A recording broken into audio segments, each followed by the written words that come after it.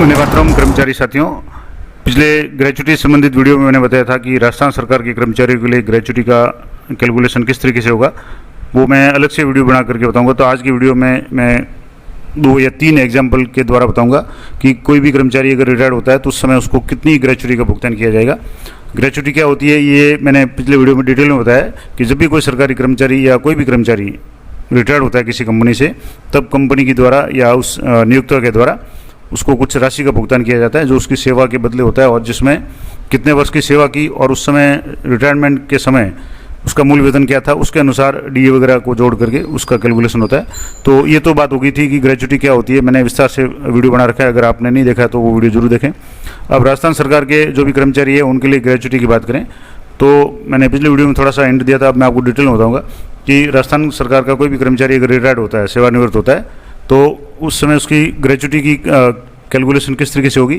तो कर्मचारी जिस समय रिटायर्ड होते हैं उनके बेसिक पे प्लस डीए ऑन बेसिक पे, जितना भी बेसिक पे जो डीए वर्तमान उस तारीख में उस समय में जो डीए मिल रहा है वो, प्लस स्पेशल पे अगर कोई मिल रहा है तो, प्लस एनपीए अगर कोई है तो, और इसको सारे को जोड़ करके 6 monthly period of qualifying service, यानी क्वालिफाइंग जितनी भी सेवा है उसकी अवधि को 6 महीने के गुणांक में जोड़ करके, और मैक्सिमम 66 है वो मिलेगी, और सबको 4 से भाग देना है, यानी बटा 4 करना है। अब मैं एक उदाहरण आपको बता रहा हूँ। मान लो एक उदाहरण है कि कर्मचारी है जिनका बेसिक है वो 36,800 है रिटायरमेंट के समय। ये जो कर्मचारी है मैं आपको एक उदाहरण से बता देता हूँ। यहाँ से एक और कर्मचारी यहाँ से जैसे है, अब ये जो कर्मचारी है, पहले तो मैं आपको फॉर्मूला बता देता हूँ कि ग्रेचुटी बराबर बेसिक पे प्लस स्पेशल पे plus NPA non practice allowance और प्लस डीए ऑन बेसिक, ये सभी मिला करके जोड़ करके गुणा 6 monthly period of qualifying service. Qualifying service कितने साल की है उसको 6 से गुणा करने के बाद, अब ये कर्मचारी है, मान लो इनका यहाँ से मैं थोड़ा सा डिटेल में बताऊँ तो यहाँ इनकी जो भी डिटेल्स है, इनकी जो क्वालिफाइंग सर्विस है वो यहाँ मैं आपको बता देता हूँ। यहाँ से जैसे आप देखेंगे तो जो भी क्वालिफाइंग सर्विस मैं आपको बता देता हूँ, यहाँ कर्मचारी जैसे इनकी जो ग्रेचुटी है वो 8,14,200 हो रही है। अब 8,14,200 कैसे हो रही है तो यहाँ मैं आपको बता देता हूँ कि कैसे होगी। तो यहाँ से जैसे कैलकुलेशन में इनका बेसिक है 36,800, और ये फार्मूला आप याद रखें, बेसिक प्लस डीए। बाकी जैसे स्पेशल पे बहुत कम लोगों को मिलता है, एनपीए भी सिर्फ मेडिकल वगैरह को मिलता है, तो नॉर्मली बेसिक प्लस डीए गुणा 66 कर दें अगर मैक्सिमम सर्विस है तो। अब मान लो जैसे ये बेसिक 36,800 है, डीए है इसका 50% जब मिल रहा था जब रिटायर्ड हुए तब, तो 18,400 हो गया। अब उनकी जो सेवा है कर्मचारी की 29 साल 7 महीने हो गई। अब 29 साल का हम लोग हो गया, इसको 6 के गुणांक में करेंगे तो इसका डबल कर देंगे, तो 29 का डबल जो हो गया, जैसे 30 का डबल 60 है, 29 का डबल 58 है, और एक 6 महीना 7 महीने है तो इसका मतलब 6 महीने का एक गुणांक हो गया। तो इनका जो भी टाइम पीरियड हो गया वो हो गया 59, यानी 58 प्लस 1 6 महीने की सर्विस इसमें जो अगर मानेंगे तो 59 हो गया। अब इसको बेसिक प्लस डी यानी 36,800 प्लस 18,400 ये जोड़ करके हो गया 55,200, और इसको गुणा करेंगे 59 से। अब मैं आपको कैलकुलेशन के द्वारा भी यहाँ से अगर आप कैलकुलेटर के द्वारा अगर देखना चाहें तो मैं यहाँ कैलकुलेटर से आपको बता देता हूँ। यहाँ से जैसे 36,800 है तो यहाँ इसको मैं दोबारा बता देता हूँ। तो यहाँ से जैसे 36,800 प्लस 18,400 है, यहाँ 18,400 हो गया। अब इसको जोड़ेंगे तो हो गया 55,200, यहाँ आप देखेंगे तो 55,200 है। अब 55,200 को 59 से गुणा करना है, तो यानी गुणा 59, तो 59 से गुणा करेंगे तो ये 32,56,800 यानी 32,56,800 हो जाएगा। अब इसको 4 से भाग देना है, तो इसमें जो भी भाग है 4 का इसमें भाग दे देंगे। यहाँ 4 से भाग दे रहा हूँ तो ये आ गया 8,14,200, तो यहाँ आ गया 8,14,200। अभी मैंने आपको बताया कि ये जो कर्मचारी ये जो है इनका जो ग्रेचुटी का अमाउंट है वो है 8,14,200। ये एक केस हो गया। दूसरा केस मैं आपको और बताता हूँ। यहाँ से जैसे दूसरा केस है कि मान लो कोई कर्मचारी है अभी जैसे 33 श्रेणी अध्यापक से रिटायर्ड हुए हैं और उनका बेसिक 77,700 था और डी उस समय था जब रिटायर हुए, तो उस 50% यानी 38,850। अब यहाँ वापस यहाँ कैलकुलेशन पे जाएंगे तो यहाँ से जैसे 77, यहाँ एक बार इसको मैं जीरो करके आपको बता देता हूँ। यहाँ से जैसे 77,700 इनका बेसिक है प्लस डीए इनका 50% यानी 38,850 हो गया। 38,850 ये हो गया 11,65,50 यानी 11,65,50 इनका जो भी जुड़ गया, और इसमें गुणा 66, क्योंकि इनकी जो भी सेवा है वो 34 साल की है, तो 34 साल का मतलब हो गया कि 8 और से 68, लेकिन मैक्सिमम यहाँ है 66, तो 66 ही काउंट होगा। तो इसको 66 से गुणा करेंगे, इसको 66 से गुणा करेंगे तो 76,92,300, यानी यहाँ आप देखेंगे तो 76,92,300। अब इस अमाउंट को 4 का भाग देंगे, यहाँ 4 का भाग देंगे, तो ये 4 का भाग है 19,23,075।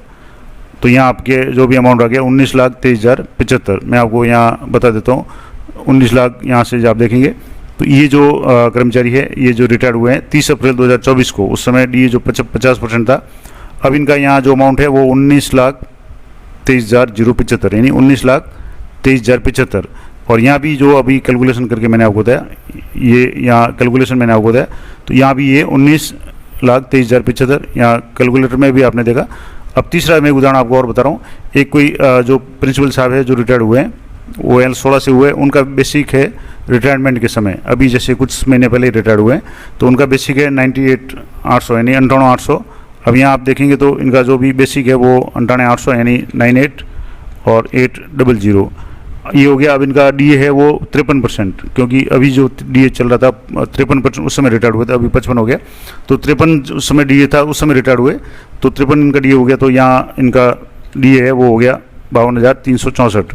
अब 52,364 इसमें इसको जोड़ना था, तो मैं आपको थोड़ा सा वापस करके बताता हूँ।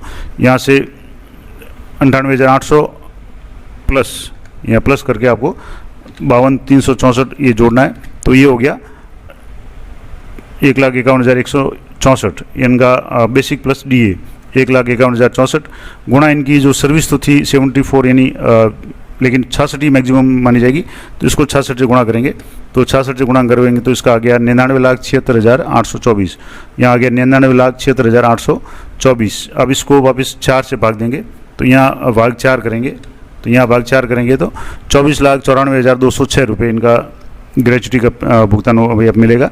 24,94,206, यहाँ भी आप देखेंगे 24,94,206। और इनका मैं आपको पीपीओ बताता हूँ, यहाँ से ये जो इनका पीपीओ जारी हुआ है, यहाँ से आप देखेंगे तो ये सर्विस जो भी कर्मचारी है प्रिंसिपल से रिटायर्ड हुए हैं, और यहाँ ग्रेच्युटी पेमेंट ऑर्डर है।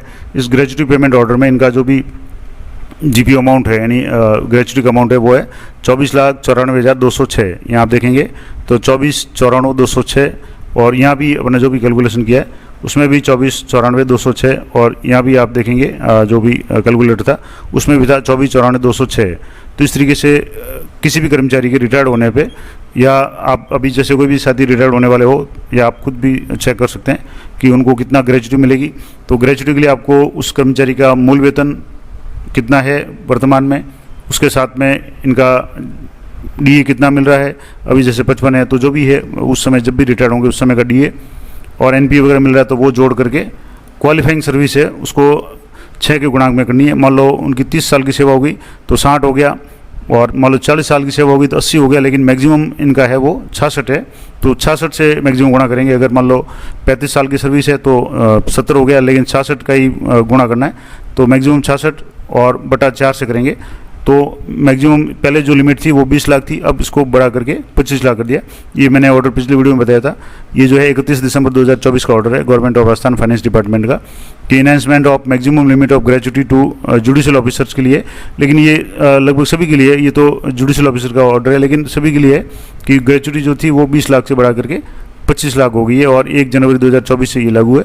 तो ये क्योंकि यहाँ आप देखेंगे तो ये जो इनका पेंशन प्रकरण है ऑनलाइन हुआ है, और ऑनलाइन ही इनका ग्रेच्युटी का अमाउंट है वो आ रहा है, यानी 24,94,206 आ रहा है, और ये दे है मैक्सिमम 25 लाख तक दे है।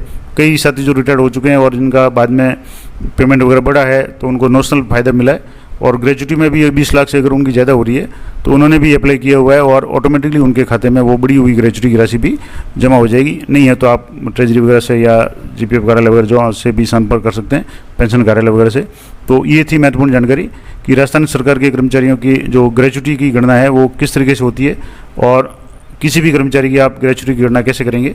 फॉर्मूला मैंने बता दिया, दोबारा बता दूँ, बस basic plus DA plus special पे प्लस एनपीए और गुणा 6 मंथली पीरियड, यानी 6 मंथली पीरियड यानी 6 महीने के गुणांक में क्वालिफाइंग जो सर्विस है वो 6 महीने के गुणांक में करनी है। मान लो सीधी सी बात है कि अगर मान लो 30 साल की सर्विस तो उसको डबल कर दें, 6 माह से ज़्यादा है तो वो एक काउंट या एक इकाई के रूप में काउंट हो जाएगा। इस तरीके से इसको गुणा करके 4 से भाग देना है, तो जो भी अमाउंट बनेगा वो ग्रेचुटी का अमाउंट होगा। मैंने पूरा विस्तार से आपको बता दिया। आशा करता हूँ ये जानकारी आपके लिए उपयोगी रहेगी। इसी तरह की लेटेस्ट अपडेट जानकारी के लिए चैनल पर बने रहें। मिलते हैं नेक्स्ट वीडियो में, तब तक जय हिंद, जय भारत।